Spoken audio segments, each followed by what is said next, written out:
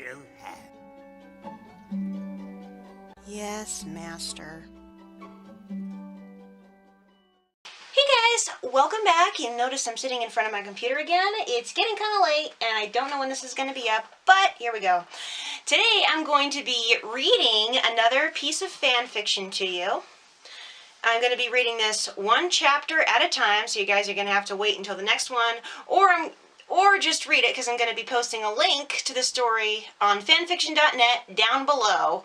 And I'm starting off with something of a trailer, and I'll only read the rest of it if you guys' interest is piqued. And this is an alternate universe story. This is one of those, what if Anakin didn't turn to the dark side? But this does not have an immediate happy ending. It shows that Anakin still has issues even after, well, you'll see. I'm not going to give it away. No, this is not my usual G-rated Star Wars content, and that's what most of the story is like. If I had to give it a rating, it would probably be somewhere around PG-13, because in places it gets pretty intense. Just to warn you guys. So, here we go. Chapter 1, The Chosen One. 500 Republica was the most exclusive address in the galaxy. Located in the political sector of Coruscant's northern hemisphere, it was home to the Chancellor of the Republic. At sunset on the 16th evening of the 9th month of the year, Chancellor Palpatine was not in his quarters. He was in his office within the Galactic Senate building, and he was not alone. One of the most revered Jedi in the galaxy was present. Countless exploits in battle had earned him the moniker, the hero with no fear, though he indeed felt fear. He was no different than any other human in the galaxy in that regard, despite his reputation. Fear was not his predominant emotion at the moment. What Anakin Skywalker felt more than anything else was anger. He stood trembling, blue lightsaber drawn, ignited, and pointed directly at the Chancellor.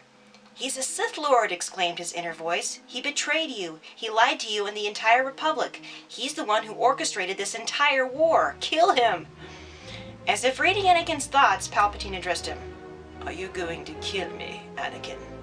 It was such a casual question, as if he was asking a passerby on the street the time.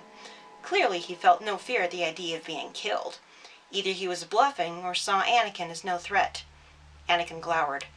"I would certainly like to," he seethed. Palpatine closed his eyes. "Yes, I know you would," he hissed like a snake and turned around slowly. "I can feel your anger.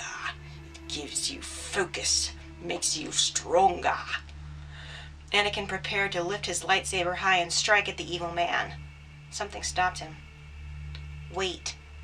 What about Padme? If you kill him, you won't be powerful enough to save your wife." "I have to," he argued. "He's a Sith Lord. But your anger is what he wants." Anakin's limbs trembled with the conflict. He tried to force himself to attack. But he couldn't.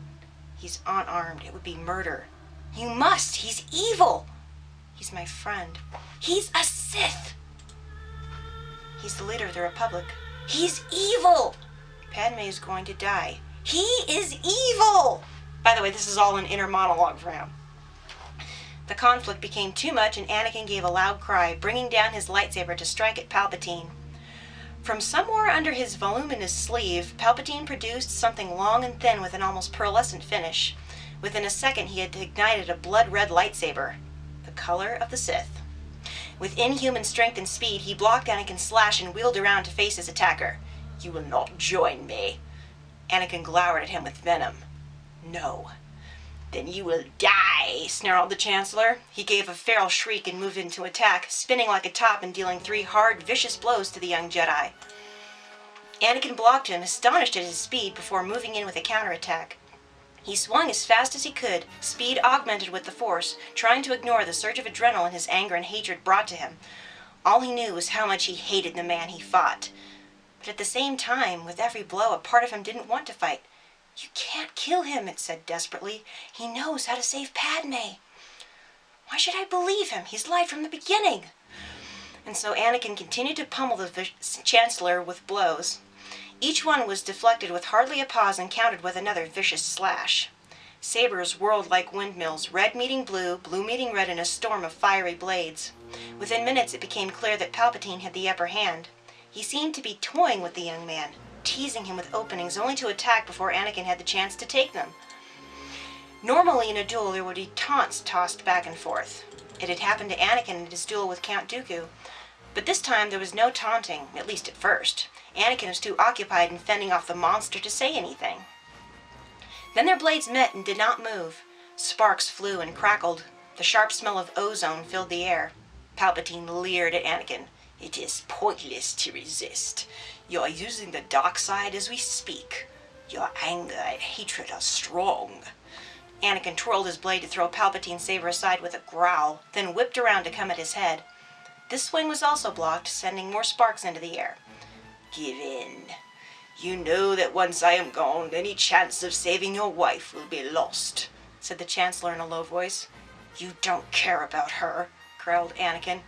"Oh, but I do," Palpatine countered, still giving the young man a look of superiority. He stepped aside and pulled back his blade. "Let me help you." "I don't need your help. You lied to me," Anakin argued.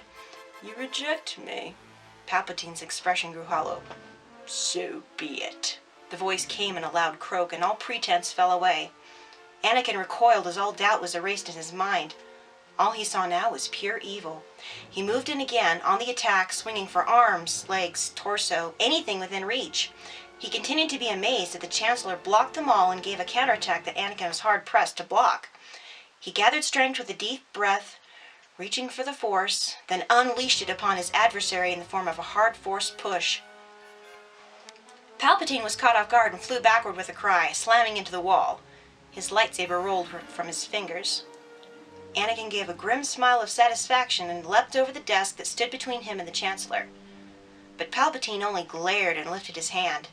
Suddenly a large piece of furniture flew across the room, headed for Anakin. Anakin was forced to duck and slice the large polished table into two neat pieces before advancing again.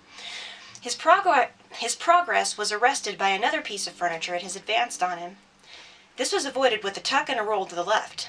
The next four items, chairs apparently, were cleaved down the middle or force-pushed aside. The final item, Palpatine's enormous desk, was missed completely and knocked Anakin off his feet. He gave a cry as the corner of the desk gouged the side of his head just above his left ear and landed behind the desk at his back. By the time he had emerged from the other side, the Chancellor was after him again, slashing and lunging for Anakin's chest. He cackled when his lightsaber nicked Anakin's arm and made him stumble backwards. "You see, young Jedi, your skills are no match for me," Palpatine sneered disdainfully to his opponent. Anakin glowered at the Sith, ignoring the pain of his wounds.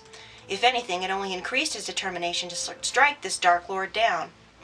He firmly gripped his saber in both hands and resumed his attack, moving faster than ever. Finally, he sensed Palpatine beginning to tire. With a slash and a vicious kick, Anakin knocked the lightsaber out of the evil man's hand. Palpatine tripped and fell backwards, scrambling away from Anakin's saber as quickly as he could, until his back was against the wall. His eyes, shaded yellow by his anger, were wide in shock. Without mercy, Anakin advanced on the man, breathing heavily and pointing his saber squarely at the Chancellor's chest. "You were saying?" he growled. For a brief second, Palpatine appeared to be nothing more than a frightened old man. Clearly he had not expected to be disarmed. This facade soon dissolved into another vicious snarl. Without a word, he stretched his crooked fingers toward Anakin. Blue force lightning quickly spewed forth. Anakin brought up his saber to deflect the lightning, gritting his teeth in strain.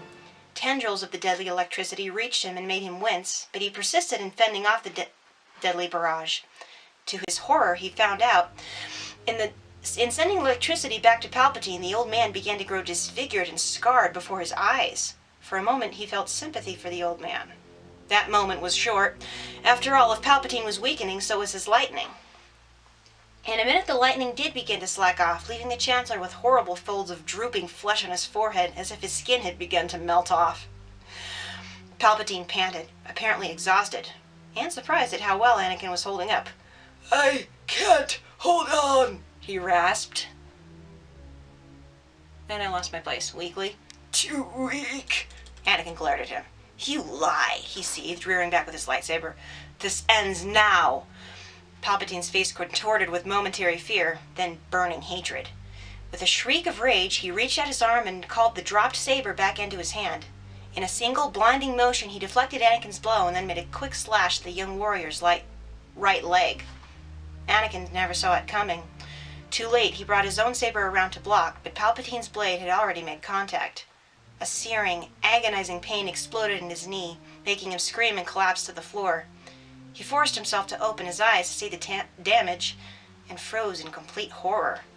His leg was gone, sheared off right through the knee. Bone and cauterized flesh lay exposed. His booted foot and calf lay at a weird angle some distance away. Anakin screamed again, not just from pain, but from terror and rage. Every muscle trembled with shock. Feebly, he tried scooting away as the Dark Lord advanced on him. Palpatine wore a sickening smirk as he put his lightsaber away. "Young fool, I could have given you the galaxy, and you rejected it." More lightning shot from his fingertips and struck Anakin square in the chest. Again Anakin cried out. He writhed as the lightning ignited every nerve into blazing agony. He was going to die.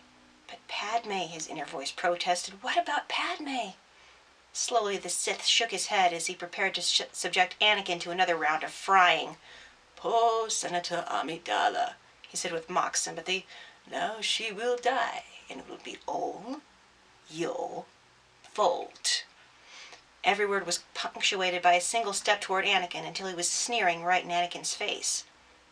A scream of denial and rage built in Anakin's chest until he felt as if it would explode. "No!" Anakin finally screamed. He called his saber back into his hand, ignited it, and plunged it deep into Palpatine's chest, ignoring the lightning that continued to shock him. A strangled gasp of pain and shock overtook the Sith Lord. Abruptly, the lightning stopped and he staggered backward. Rage flared in his eyes, even as the light faded from them. Brutally, Anakin removed his saber by sliding it to the left with a grunt, slicing through Palpatine's chest and left arm. The Sith Lord's eyes glazed over and all his breath left in a rush. He was dead by the time he crumpled to the floor in a gruesome heap. It's over. A shudder passed through Anakin. He deactivated his saber and clipped it back to his belt. Fatigue, horror, and pain hit him all at once, making him fall back upon his elbows with a hoarse gasp. His limbs began to tremble as the reality of what he had done hit him. "I killed him," he whispered. The young Jedi scooted away from Palpatine's dead body, whimpering from more than pain. Images from his nightmare returned. Tears sprang to Anakin's eyes. "Oh no, no, no, no, no. Padme, I don't know how to save her. Now," Anakin choked with fear, leaning against an upholstered ottoman with tears in his eyes. "What have I done?" Overcome with remorse and pain, Anakin bowed his head and began to sob. "No," he moaned. Fatigue overwhelmed him and he sank to the floor. An arm was flung over his tearful eyes to shut out the horrible scene that he had created. There you go, guys. That's the reading of the first chapter of The Reason, one of my fan fiction stories. Comment down below if you want to hear more. In case you're just interested in reading it for yourself, I have left a link to the story in the description box. But that's all for today. Thank you guys so much for watching. If you like this video and want to see more like it, go ahead and click that little subscription button down below. Question of the day. Alright, I'm going to come out and ask, what do you think of this chapter and do you want to hear the rest of it? Go ahead and post a comment below. But until next time, this is the Clumsy Jedi signing off. Bye, guys.